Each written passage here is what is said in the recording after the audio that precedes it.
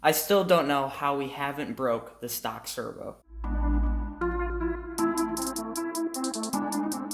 How's it going, guys? Joshua at Traxxas, and today we are bringing you episode 7 in the Bash/Project series. Now, if you're not familiar with this series, this is where we are taking this junky slash that we built out of spare parts and we are trying to make it the best basher that we possibly can on a budget. And in today's episode, we will be installing an Annimos 20Kg Servo. Linked below will also be our website, our merch shop, and our Facebook page. There you can find general information about us, our RC cars, our channel, and also behind the scenes stuff that isn't shown on our videos. Alright, now that all of that is out of the way, we can start installing this servo. So first we're going to open the package, and inside we get the servo itself and some hardware. Looks like it's just a servo horn and a screw. Now we actually won't be using this servo horn in the installation onto our slash because we run a servo saver instead of a servo horn. So we're going to throw this in the spare parts bin and save it for a different time. So before we install the servo into the car, let's just go over some specs on it. So they rate it as 20 kg on the case. However, according to RC Review, he made a video on this servo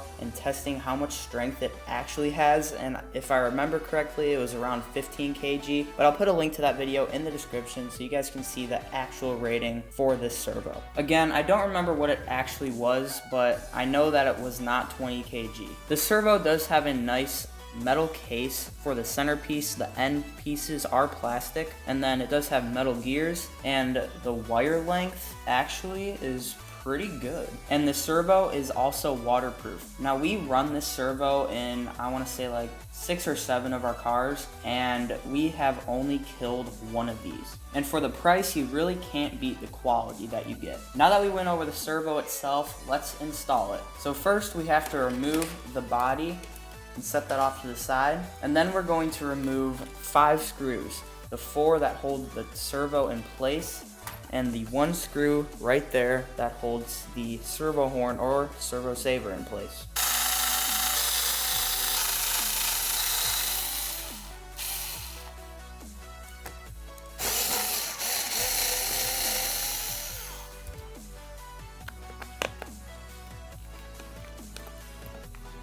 Alright, so now that we have the servo free, we need to remove this white piece, and unless you want to struggle trying to get it off using like a flathead screwdriver or something, I found a really easy way to get it off. Get yourself some body scissors or a pair of scissors, and you don't want to like cut it off, you just want to gently pry it off, and it works really well. And then we're going to set this piece off to the side because we're going to be using it later. Now this piece only will be on your servo if you have a servo saver like this one right here. If you have a normal servo horn, you will not have this piece. Now before we can install the new servo, we need to unplug the old one from the receiver, and to do that we need to remove these 2 screws right here and these 2 screws right here. Now your receiver box may look a little bit different. This one is from a Stampede 2-wheel drive, not the Slash, but it should look very similar. Basically, you want to remove the wire tie down, which is held on with 2 screws, and then you want to remove the main cover, which is also held on with 2 screws.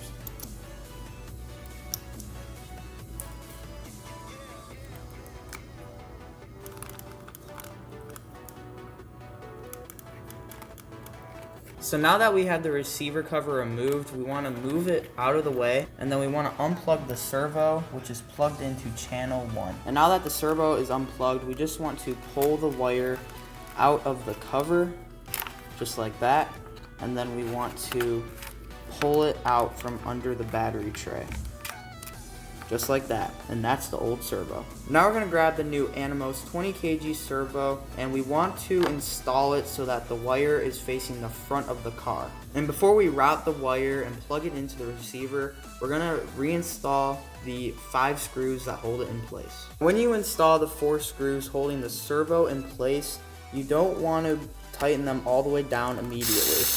You just want to do all the 4 screws a little bit at a time, and I'll show you why.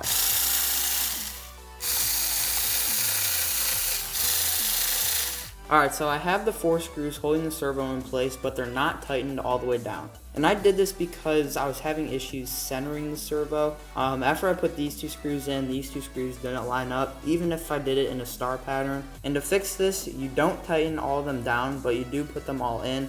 And you want to make sure that you can move the servo around, and then you want to be able to center it in the hole. And then once you have it centered in the hole, you want to hold the servo in place tightly and then tighten the 4 screws.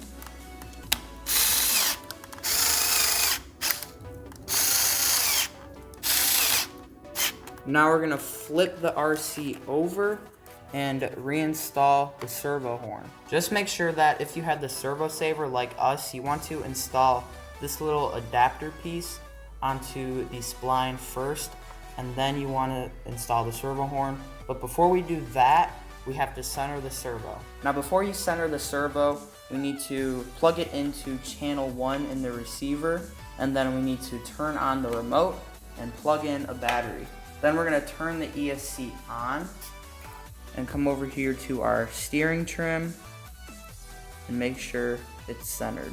And once you have that knob centered, we're going to unplug the battery, turn off the remote, and then unplug the servo. Next, we're going to flip the RC over again, and then we want to make sure that the tires are straight, and then install the servo saver or servo horn, and then install the screw that holds it in place. So now that we have the servo bolted in, we need to plug it into the receiver. And to do that, we're going to route it through the battery tray and the cutouts in the chassis. And then once you have it routed through the battery tray, we are going to route it through the receiver box, just like that, and then plug it in to channel 1 of the receiver. Next, we are going to push down all the wires and close up the receiver box. Then once we have the 2 screws that hold the receiver box lid on, we are going to shove the excess wire into the box. Then once we have the excess wire shoved into the box, we're going to grab the wire tie down, press it on, and then install the 2 screws that hold that in place. And now that the receiver box is all put back together, we are done with this install. And it wouldn't hurt to plug a battery in to make sure everything works properly, so we're going to do that right now.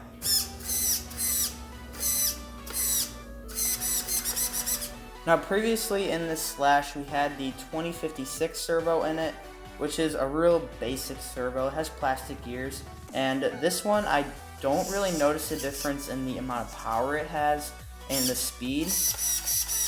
However, it is going to give us a lot more durability because we have killed so many of these Traxxas servos. Now earlier in the video, we forgot to mention that this servo was given to us by Driftomaniacs for winning one of his challenges earlier this month, and we want to thank him so much for sending this out to us. So thanks, Richie. It means a lot to us that you do these challenges for us to enter, and we just really love them. And if you don't know who Driftomaniacs is, we'll put a link to his channel in the description below so you can check that out. And that's pretty much it for this video, guys. We will be sure to link this product in the description if you're interested. And that is it for this video. If you enjoyed it, like, share, and don't forget to subscribe. See you next time on Traxxas.